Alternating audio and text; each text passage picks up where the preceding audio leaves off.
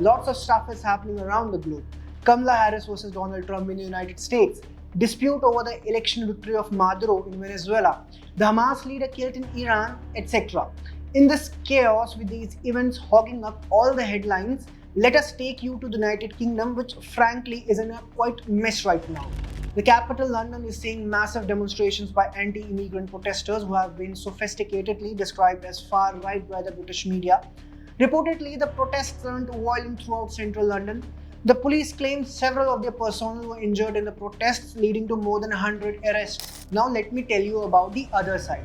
The far-right protesters have been agitating after the reports surfaced of a knife-stabbing incident in Southport.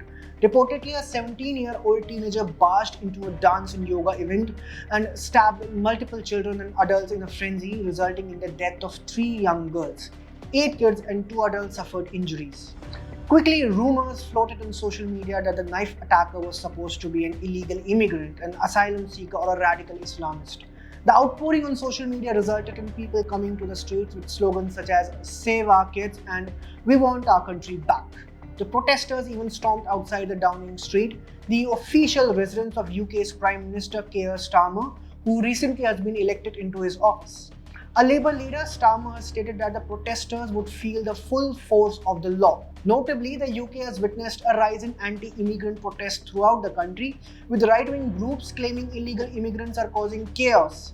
Meanwhile, the Liberal side believes these protests are divisive for the UK society. While both sides have conflicting views about the problem, the fact remains the same. The country is facing chaos and it is up to the new Prime Minister to improve the situation.